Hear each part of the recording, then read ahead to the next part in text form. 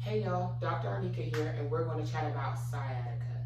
Now, a lot of you may be experiencing that sciatic type feeling where you have some numbness, tingling, or it feels like pins and needles that radiates from your butt, from your glute down the back of your leg. I'm going to give you 3 movements that can help lengthen out and kind of move all that crap that's blocking that sciatic nerve or compressing it down. All right, so the first one we're going to do, we're going to worry about lengthening and also engaging our piriformis. So we're going to have you on your back. You can do this on the floor, straight on the floor, or you can put your legs up, whichever you prefer. So we're going to be in this position. That leg is going to come across in that piriformis stretch.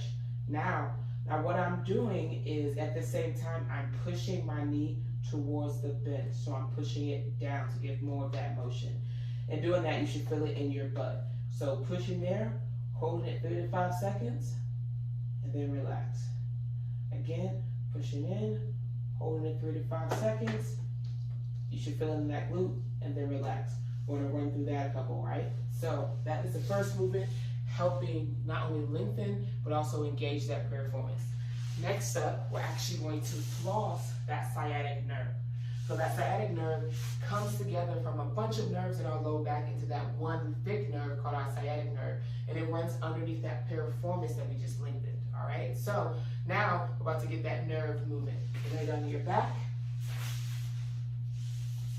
leg straight. You're gonna grab underneath. We're gonna start by pointing your toe. Start with your toe, point it. Nice and slow, going back like that.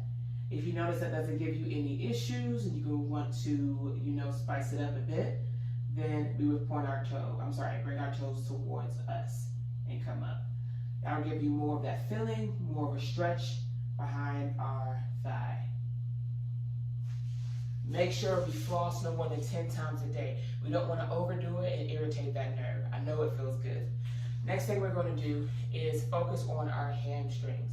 But instead of the typical hamstring stretch, we're going to make it dynamic. I'm all about movement. So we're going to do some sweeps. We're going to come down our leg.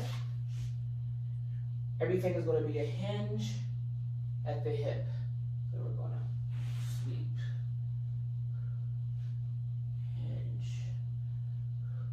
Every time we go down, we should feel that pulling in our hamstring. And every time we come up, you should actually be feeling it in our glute. I want you to run through those about 10 times on each side. These are some things that you can do to engage and get that piriformis warmed up before we do any type of movement, any type of training or workout. Give those a shot. Let me know how it goes.